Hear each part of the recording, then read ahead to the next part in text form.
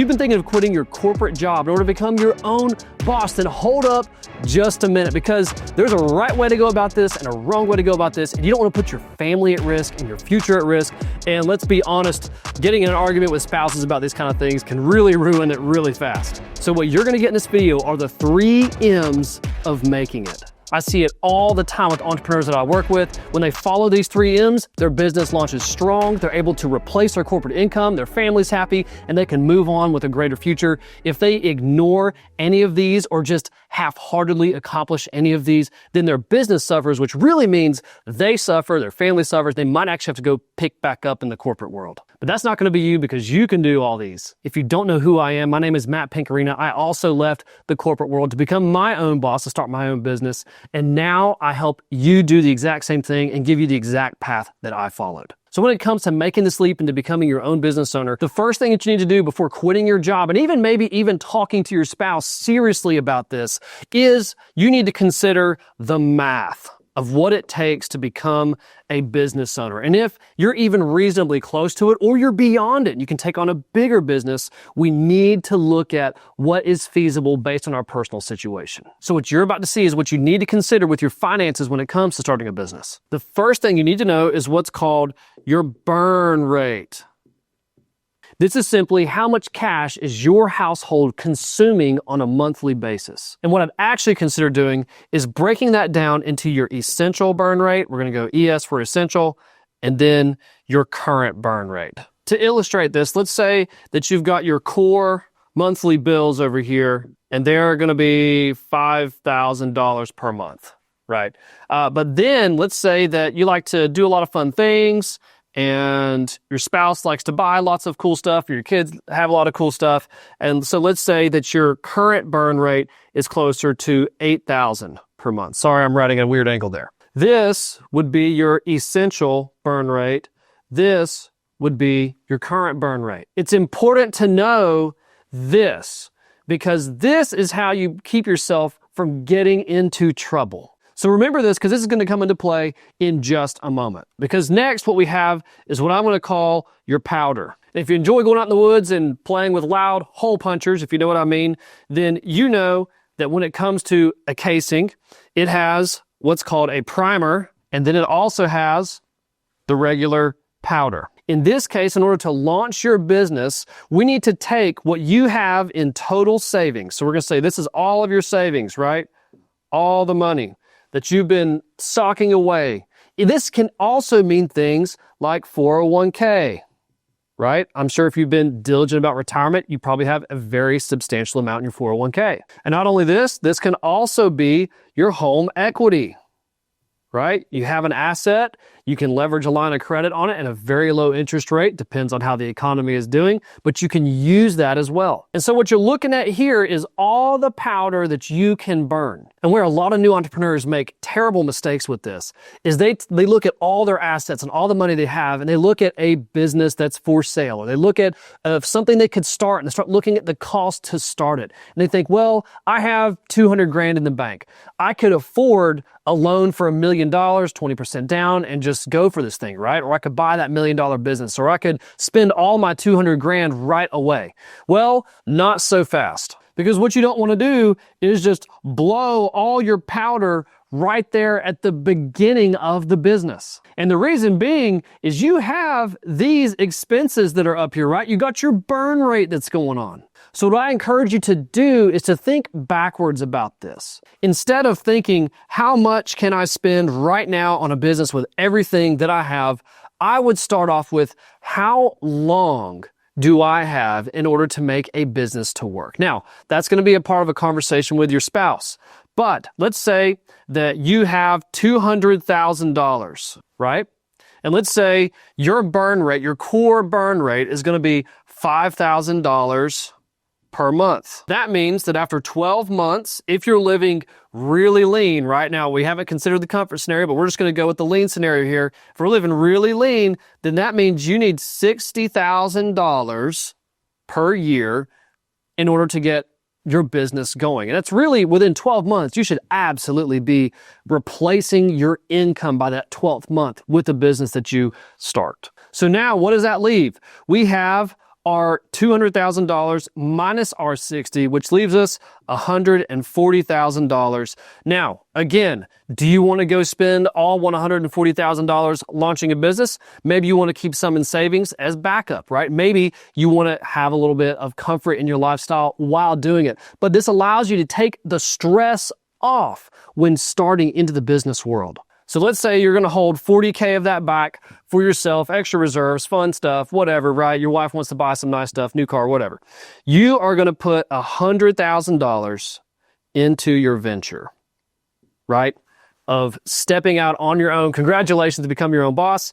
That is your primer. That's the big pow, right? That ignites the bullet that's going to go down the barrel towards the target. That's going to create a great day for you, right?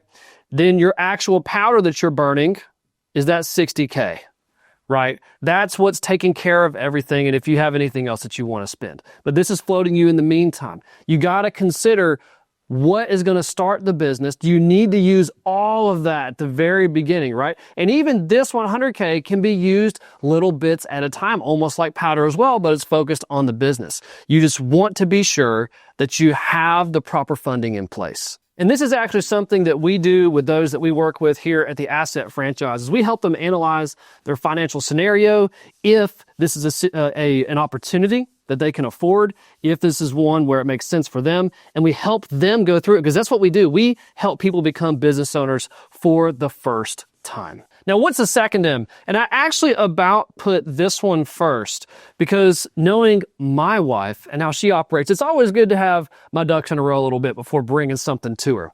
But it is the marriage. And if I can take a moment and just be real, God made men and women different. We desire different things. And so whenever we come to our spouse with a significant change like this, there's going to be a different set of questions that come up with them than for us. And so what I see come up over and over again from spouses of entrepreneurs, especially wives, is they just want to know about the security. They just want to know that they're going to be taken care of. Because the last thing that they want to do is pay for someone else's, i.e. their husband's, stupid decisions. And contrary to popular belief, and maybe even how you feel right now, owning your own company is actually far more secure than actually hanging out in a corporate job for long. But we need to help them see that, and we need to help them get on board to get there. So how do we do that? There are 3 things that comprise security for a spouse, in particularly wives. The first part that makes up security is stability. Now, that may sound like it's the same thing, but it's actually a part of it, but it's also an important piece that we need to understand. Essentially, what you need to do is sit down with your spouse and say, what is going to stay the same, right? I might be making this massive transition, but do you need to feel it? We looked at our essential burn. We looked at our comfortable burn, our current lifestyle. How much of that do we really need to give up? Or do we actually need to go all the way because we're going to be diving into this thing together, right? You need to have this conversation about what are we going to give up in order to make this dream happen, to make this business work. That's why it also helps to have done that math to know your primer and your powder, so you can kind of already know how much time based on what burn level they might want to be at, so that you can have this conversation and you've already thought through it. You're coming across stable to them. What you don't want to do is having skipped the math and then come to them and just say, well, I haven't really thought about it. That doesn't come across very stable or secure, right? So if you want your spouse on board, which is essential to us because God said the 2 become one flesh, you must have thought this through and bring it to them in a secure way. The next thing you should probably think through and then talk about with your spouse is what is called safeguards. The simple way to think about this is, how do we not let this wreck us? When you look back at your powder, in a sense, that number is somewhat of a safeguard because you can float for a certain amount of time, but as an investor, this is what we call protecting your downside. Or the stock market, it's called a stop loss. It essentially stops the losses from happening anymore. So in a worst case scenario, what are you willing to lose as a couple and as a family? What are you willing to say, you know what? It was worth a shot. I'm glad that we tried, but I'm also glad we didn't lose more. And it doesn't have to be around total loss or failure. It can be, okay, what if this is just taking longer than it than we thought it would, right? We see the progress, we're getting some revenue, my income's not quite where it was. If I'm not at a certain income by month 6, right? What does that mean? What do we need to do then? What if we have no results or anything by month 12? What do we do then? Does your spouse need to go get a job? Or do they already have a career and do they do something different with that? Or are you gonna now have a dual career, right? You got some different job and now you're doing this, or do you go back to your old job, right? Set your safeguards in place, because as much as making money and building a business it just sounds great and it's all over the media, protect yourself, protect your family, but you can still dive into building a business. You can still jump in and follow a path that works. But you're going to feel so much better if you have already thought through your plan, right? If you know what happens if something doesn't go the way that you thought, then you can move forward with far more confidence. And the reason that works is because it takes uncertainty and worry off of your plate so you can focus on making your business work. So what's this last major component of security? It is support. This support means when things get hard, how are we going to treat each other? Let's go ahead and agree to how it's going to go when I'm stressed out, when you're stressed out. Maybe one of us is having a hard time dealing with the fact that one of us left a job and now we're doing this business and it's going through a difficult time. This is where you're going to get on the same page about what it's going to look like for you who's launching this business or getting into a business. What kind of hours are you going to spend? How much energy and effort is it going to take? And how's that going to affect your spouse? I know for my wife and I, Saturday is a no-go, right? I can work all that needs to be done throughout the week, even a little bit on Sundays, like do my prep and everything on those days. But I can work wild hours any other time, but Saturday is her day. That is spouse day, is Saturday. So define what might be out of limits and get on the same page with your spouse on it. Then the last part of support is going to be their actual support. I'm going to draw my wife here. This is a real photo of my wife. If she wants to have a part in the business, we'll draw our business over here. What is she going to do? Maybe she's not going to take a full-time role in it. Maybe it's just going to be some side help, some part-time help. Maybe it's not even going to be official.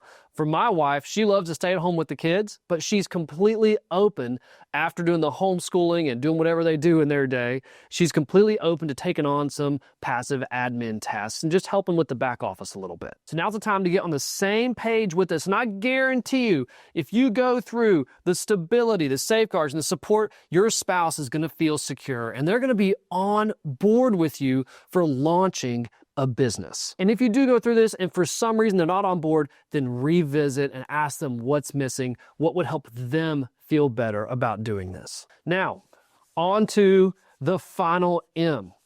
And if you have done a good job and done your homework, you know your finances, you know how your math shakes out, you've got your spouse on board with everything, the last step is to actually get real with this, because you can hypotheticalize and go all over the map with different business ideas and what you really want to do. But now it's time to clarify the model. And now what this model is, it is not picking the exact business you're going to do just yet. I'm not sure where you are at in your specific decision process for if you're leaving your job or you're not, if you're definitely becoming a business owner or not. Wherever you're at, the best place to start before finalizing yourself on a single business is understanding the models for getting into business. And there's 3 different models that you can choose from to get into business. The first 2 are going to sound quite familiar, but number 3 is often forgotten and offers significant advantages. The first model to consider for getting into business for yourself is, of course,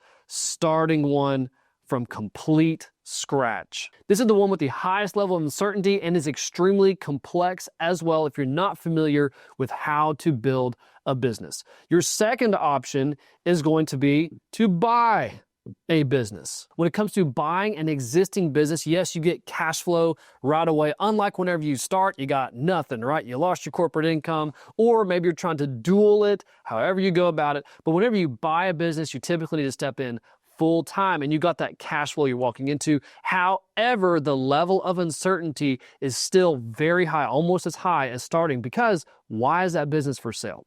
Personally, I've bought multiple businesses and sold multiple businesses. The two that I bought in the past, I've found all kinds of things out on the back end, right? If it's a perfect business, they wouldn't sell it.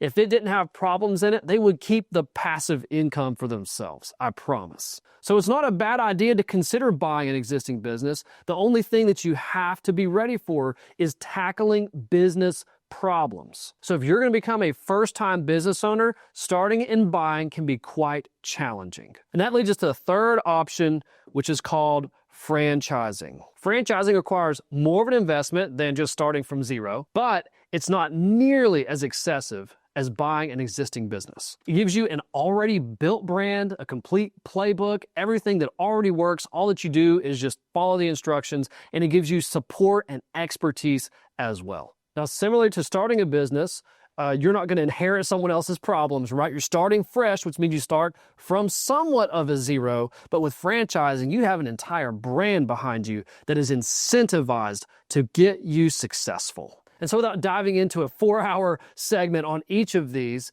are your three paths, your three models for getting into business for yourself.